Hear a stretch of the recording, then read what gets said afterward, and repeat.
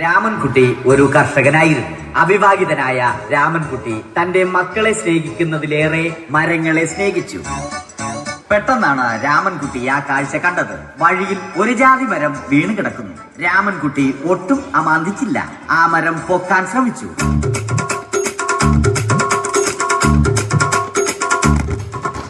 നടക്കുന്നില്ല. പിന്നെയും പിന്നെയും പൊക്കാൻ ശ്രമിച്ചു.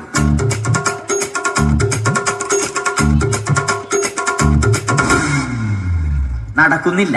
രാമൻകുട്ടി വഴിയെ പോയവരെ എല്ലാവരെയും സഹായത്തിന് വിളിച്ചു.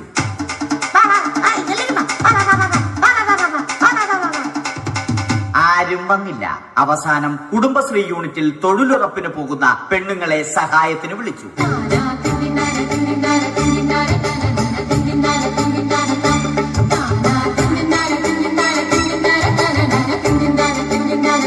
അവരെത്തി. അവർ അവരുടെ സ്ഥിരം പണി തുടങ്ങി. അത് കണ്ട ദേഷ്യം വന്ന രാമൻകുട്ടി മരത്തെ ഒറ്റയ്ക്ക് പിടിച്ചു പോക്കി.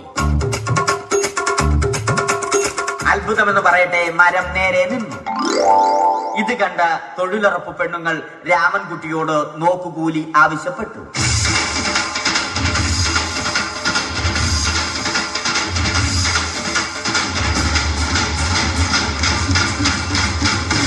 പോക്കറ്റില്ലാത്ത ബനിയൻ ധരിച്ച രാമൻകുട്ടിയുടെ പോക്കറ്റ് വരെ കീറിയിട്ടാണ് പെണ്ണുങ്ങൾ പോയത്.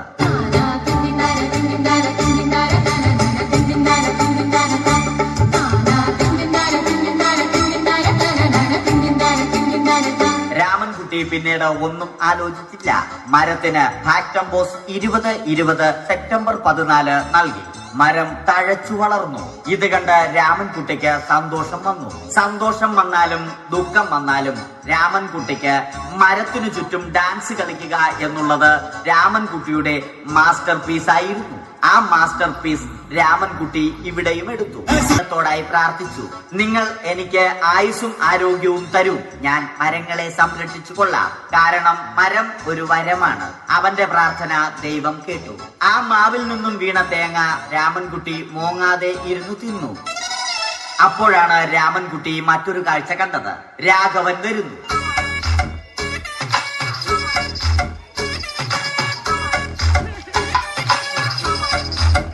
മരം മുറിക്കൽ ഹോബിയാക്കിയ, അതിലുപരി ജോലിയാക്കിയ രാഘവൻ മരങ്ങളുടെ ശത്രുവല്ലേ.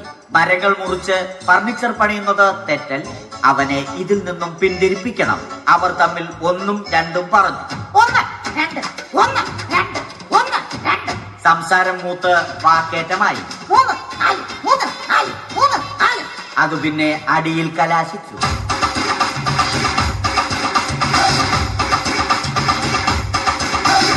നല്ല മനസ്സിന് ഉടമയായ രാമൻകുട്ടി കംപ്ലീറ്റ് അടിയും വാരിക്കൂട്ടി.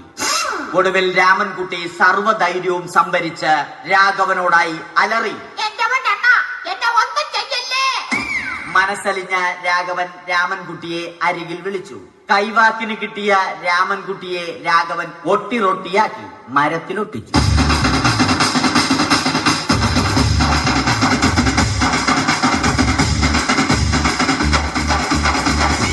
ഇന്നത്തെ പണി കഴിഞ്ഞ രാഘവൻ സംതൃപ്തിയോടെ വീട്ടിലേക്ക് മടങ്ങി. തനിക്ക് തല്ല് കിട്ടിയാലും മരത്തെ രക്ഷിക്കാൻ പറ്റിയ സന്തോഷത്താൽ രാമൻകുട്ടി മരത്തെ കെട്ടിപ്പിടിച്ച് പൊട്ടി പൊട്ടി കരഞ്ഞു.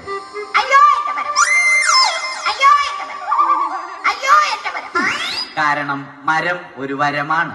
കെട്ടിപ്പിടിക്കൽ ഏറ്റുവാങ്ങിയ മരം നാണം കൊണ്ട് ചില്ലകൾ താഴ്ത്തി. മരത്തെ രക്ഷിച്ച ക്ഷീണത്തിൽ രാമൻകുട്ടി മരച്ചുവട്ടിലിരുന്ന് ഉറങ്ങിപ്പോയി. പെട്ടെന്നാണ് അത് സംഭവിച്ചത്. പ്രകൃതി അതിന്റെ തനിക്കോണം കാണിച്ചു തുടങ്ങി. മഴയും കാറ്റും ഇടിയും വന്നു. അതോടൊപ്പം കോളും വന്നു. കോളെടുത്ത് രാമൻകുട്ടി പറഞ്ഞു. കോൾ കട്ടായി. രാമൻകുട്ടി ദൈവത്തോടായി പറഞ്ഞു. കാറ്റും മഴയും അതൊന്നും ചെവിക്കൊണ്ടില്ല. രാമൻകുട്ടിയുടെ മരം ആടി ഉലഞ്ഞു.